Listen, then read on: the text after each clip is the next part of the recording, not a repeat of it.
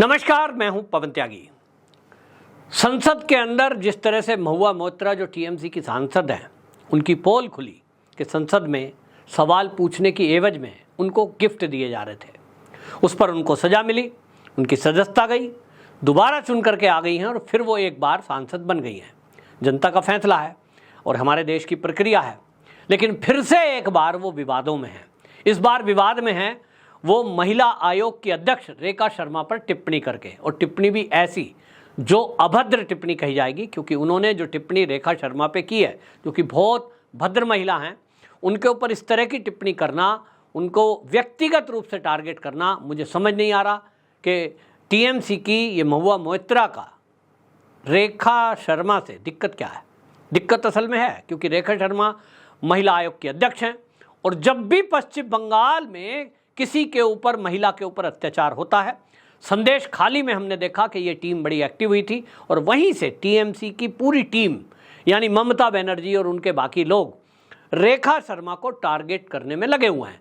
पूरा इकोसिस्टम लगा हुआ है कि किसी तरह वो रेखा शर्मा को टारगेट करें, प्रताड़ित करें, उनको बदनाम करें।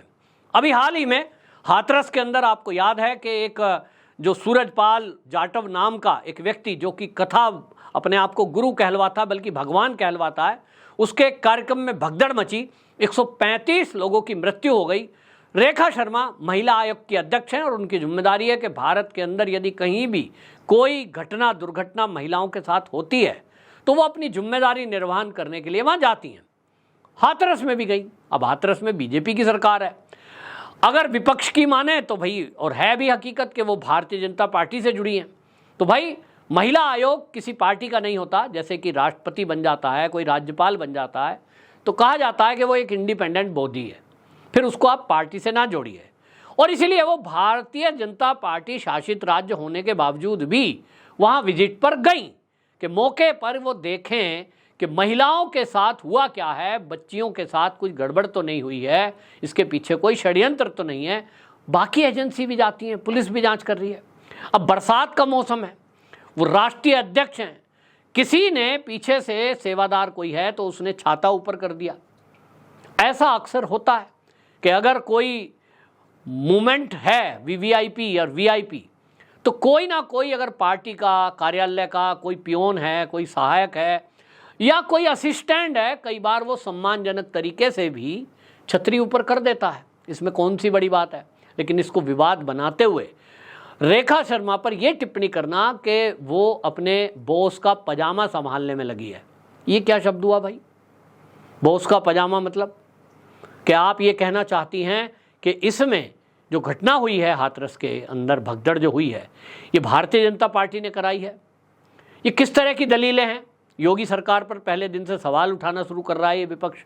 राहुल गांधी भ्रमण करके आए हैं वहां पे।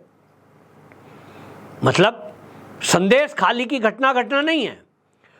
वहां सोचिए, आजाद भारत में मैंने तो नहीं सुना है इस तरह का कोई अत्याचार जैसा कि संदेश खाली में हुआ। महिलाओं ने बताया, मीडिया में ज़्यादा नहीं आ पाया क्योंकि पश्चिम बंगाल की पुलिस घर में पकड़ने आ जाएगी, चाहे आप कहीं भी किसी प्रदेश में रहते हो। ये ट्रेंड है। अभी मैं देख रहा हूँ कि टीएमसी वालों ने, वहाँ की पुलिस ने, जो अजीत भारती हैं, उनके एक एक्स पोस्ट को लेकर ही उनको नोटिस भेज दिया है। क्या आपने जो है ऐसा कैसा सरकार के बारे में लिखा। मतलब इनके खिलाफ कुछ भी बोल दो और आप कहीं भी रहते हो, आपको तुरंत गिरफ्तार कर दिया जाएगा, जेल में डाल दिया जाएगा, 25-30 धाराएं लगा दी जाएंगी। और इसलिए कोई पत्रकार बोलने की हिम्मत नहीं करता है। संदेश खाली में जो हुआ आज़ाद भारत में, आपने तो नहीं सुना होगा।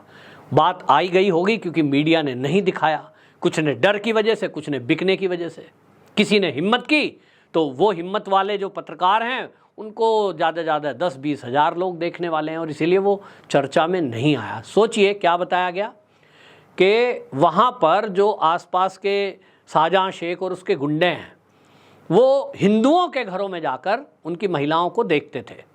जिसकी महिला सुंदर है, लड़की सुंदर है, चाहे वो नाबालिग भी है, उसको कहते थे आज तुझे हमारे ऑफिस में आना है। और रात ही नहीं, 10-10, 15-15 दिन हिंदू महिलाओं को रखकर सामूहिक रेप करना, और उसके बाद कह देना अब तू चली जा, फिर दूसरी। ऐसा आज़ादी भारत में आप सोच सकते हैं कि किसी की बेटी को, किसी की बहन को, किसी की पत्नी को कोई गुंडे इस तरह से जबरन बंधक बनाकर उसके साथ सामूहिक रेप करें और वहां की पुलिस उनके खिलाफ कार्रवाई करने के बजाय जो वहां जांच की मांग कर रहे हैं उन्हीं के खिलाफ कार्रवाई कर दे। ये बंगाल में हुआ तो महुआ मोइत्रा वहां नहीं गई, उस पर नहीं बोली, क्योंकि भाई पार्टी का मामला है। महिला हो ना, तो आप महिला होने के नाते कम से कम फॉर्मेलिटी में ही सही उन महिलाओं के साथ खड़ी होती, लेकिन ना। और अगर रेखा शर्मा जा रही हैं तो उनको टारगेट करना है, बदमाशी, उनको बदनामी करनी है, मोरल डाउन करना है। और इसलिए शहजाद पूनावाला ने एक्स पर पोस्ट लिखा। क्या लिखते हैं वो? टीएमसी और इंडी का असली चेहरा, सांसद महुआ मोइत्रा जिसने संदेश खाली, चोपड़ा तालिबानी पिटाई को जायज ठहराया और उस दौरान वो चुप रही, स्वाति मालीवाल पर चुप रही, अब एक और महिला पर घिनौनी टिप्पणी कर रही हैं, वो भी एनसीडब्ल्यू की चीफ पर। सोचिए अगर बीजेपी के किसी सांसद ने ये कहा होता तो क्या होता। महुआ मोइत्रा को टीएमसी से बर्खास्त कर देना चाहिए। क्या प्रियंका गांधी वाड्रा, राहुल गांधी, खड़गे जी, सोनिया गांधी, प्रियंका चतुर्वेदी, आप इस पर आवाज उठाएंगी? क्या ममता दीदी उन पर कार्रवाई करेगी? नहीं, ठीक वैसे ही जैसे संदेश खाली और चोपड़ा पर चुप रही। अब ये जो शहजाद पूनावाला लिख रहे हैं, क्यों? क्योंकि भाई ये हकीकत है। महुआ मोइत्रा, उनकी हिम्मत देखिए। रेखा शर्मा ने इसको एक्स पे लिखा, उन्होंने लिखा कि देखिए जो महुआ की जो टिप्पणी है उस पर संज्ञान लिया और उन्होंने कहा कि ये टिप्पणी जो है महुआ मोइत्रा की, ये महिलाओं की गरिमा का उल्लंघन करती है और भारतीय न्याय संहिता जो अभी नया कानून 1 जुलाई से लागू हुआ है उसका जिक्र रेखा शर्मा ने करते हुए लिखा कि भारतीय न्याय संहिता 2023 की धारा 79 के अंतर्गत ये अपराध की श्रेणी में आता है और एनसीडब्ल्यू इसकी कड़ी निंदा करता है, त्वरित कार्रवाई की मांग करता है।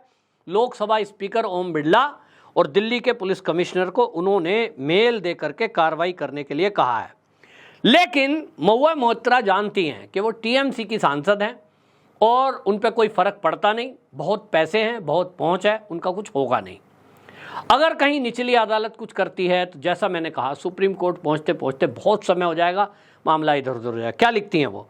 दिल्ली पुलिस इन स्वतः संज्ञान आदेशों पर तुरंत कार्रवाई करे। आपको यह भी बता दूं कि मैं अगले 3 दिन तक नादिया में रहूंगी।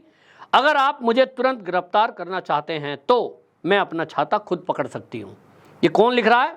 महुआ मोइत्रा लिख रही हैं, पुलिस को चुनौती दे रही हैं कि आपको मुझे पकड़ना है तो पकड़ लो, मैं 3 दिन नादिया में हूं। यानी एकदम ऐसी बात कि पुलिस को, महिला आयोग को, इस केंद्र की सरकार को सीधी चुनौती है कि तुम्हारे बस की कुछ करना नहीं है, तुम नहीं कुछ कर पाओगे, तुम केवल निंदा करोगे, तुम केवल सोशल मीडिया पे पोस्ट लिखोगे। किया ना शहजाद पूनावाला ने? भाई भारतीय जनता पार्टी के प्रवक्ता हैं, लेकिन उनकी सुनेगा कोई? उनको कोई पावर है? पावर गृह मंत्री के पास है, पावर उन वकीलों के पास है जो सुप्रीम कोर्ट के बड़े बड़े वकील हैं, पावर तो महिला आयोग की अध्यक्षा के पास भी है, लेकिन वो किसी को जेल नहीं भेज सकती। वो रिपोर्ट बनाएंगी, पुलिस में कराएंगी, थाना, फिर वही लंबी प्रक्रिया। लेकिन सोचिए, महिला आयोग की राष्ट्रीय अध्यक्ष और उसी के ऊपर टिप्पणी में वो किसी महिला को जेल नहीं भेज सकती क्योंकि वो विपक्षी पार्टी से जुड़ी हुई एक सांसद है। और इसीलिए आप कल्पना करिए कि किसी आम आदमी या आम स्त्री का अगर ये विपक्षी दल के नेता अपमान करें, इन्होंने तो एक्सपर्ट फिर भी इशारों में कुछ लिखा है, तो आम आदमी क्या करेगा? अपमान सहकर चुप बैठ जाएगा, जैसा कि संदेश खाली की महिलाएं चुप बैठ गई हैं। उनको पता चल रहा है कि ये केंद्र की सरकार कुछ नहीं करने वाली। एफआईआर हुई है उनको कोर्ट में, हालांकि जज के सामने उनके बयान दर्ज हो चुके हैं महिलाओं के, संदेश खाली के। कुछ गिरफ्तारियां हुई हैं, शाहजहां शेख गिरफ्तार हुआ है, लेकिन अभी भी वो ऊंट के मुंह में जीरा जैसा है। बड़े बदलाव की जरूरत है, नहीं तो बंगाल, जैसा कि शुभेंदु अधिकारी बोल रहे थे कि ये बंगाल में कुछ करने की आवश्यकता है, वरना ये बांग्लादेश बन जाएगा। इस गंभीरता को केंद्र सरकार कब समझेगी मुझे समझ में नहीं आता, क्योंकि मैं तो कहते कहते थक गया हूं कि जनता चाहती है कि वहां राष्ट्रपति शासन लगे। पश्चिम बंगाल को 3 भागों में विभाजित कर दिया जाए, ऐसा एक्सपर्ट बोलते हैं, क्योंकि वहाँ जो स्थिति है आज बहुत भयंकर हो चुकी है। आपकी क्या राय है? कमेंट बॉक्स में ज़रूर बताएं। वंदे मातरम।